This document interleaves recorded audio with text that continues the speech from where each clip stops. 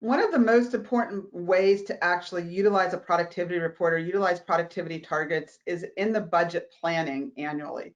And the cycle that we tend to like to work with our clients, or one of the ways to work with the best, is somewhere around 4 to 6 months prior to the start of your budget cycle. You want to update your productivity targets and your productivity comparatives. And by using this information and understanding where each individual department is compared to the median of comparative hospitals, compared to better performing, compared to best practice, allows you to identify potential opportunities for change. And as you identify those potential opportunities for change, you can utilize that information to help guide your budget process.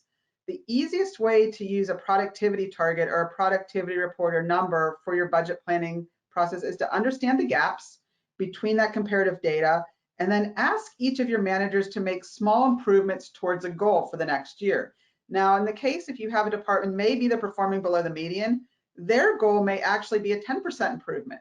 Whereas if you have an individual department that's between the median and better performing, it might be a 5% improvement. So scaling it based off of where the department actually is performing allows you that opportunity to take the departments that have larger gaps and focus efforts with them to identify opportunities for process change that might be larger, and really not do as much with the best practice facilities, except maybe small minor changes here and there.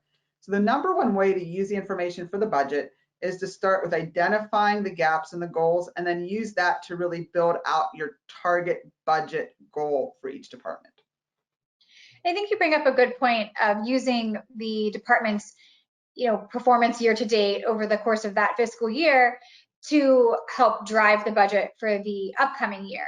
When we work with our clients, those that haven't been using our productivity or ION reports for budgeting, and they are going off of what they've done historically, oftentimes they use a flat budget. So, I had 10 FTEs last year, I'm going to have 10 FTEs this year.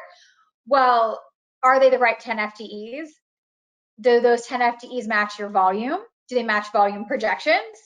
Or we see organizations, especially, I would say historically, we would see more organizations budget based off of projections, obviously, but those projections don't come to fruition. So here we are 6 months into the year, a department is under budget FTEs maybe by 5 because the volume projections were a 10% volume increase, and it didn't come to fruition. In fact, maybe volume even slid back a little bit. And so now, where in the past we may have said, I'm under budget by 5 FTEs, I need those 5 FTEs in next year's budget. Well, hold on, nope, your volume adjusted FTEs aren't saying that.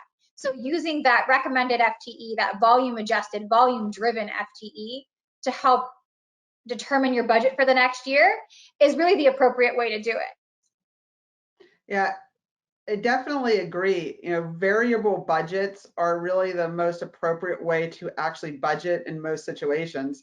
Static budgets are just that, they're static, and they're not really adapting to what's actually occurring within the hospital or within the practice or within the healthcare system on a day-to-day basis.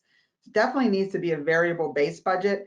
And the other thing that's often flawed with budgets and why you need to use productivity information to help you is you may have the right number of people in that department, but they're actually not the right types of skill sets or people. So your management structure may not be appropriate. So it's important to understand the productivity and the span of control. You may not have the right number of RNs compared to the right number of techs. So also utilizing the targets to help you identify what should the right skill mix be, what should the management structure look like, and what should we use for our staffing levels to optimize our workforce moving into the next year based off of our variable volume.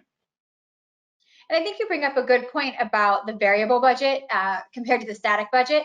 So much that, some of our clients actually have removed the budget from their ION productivity reports because they want to remove that argument. They want to remove that part of the conversation out of the manager's focus. So if we're not focused on that budget and we're focused on our variable volume adjusted FTEs and those goals, it helps with flexing staff. It helps with meeting those goals across the fiscal year.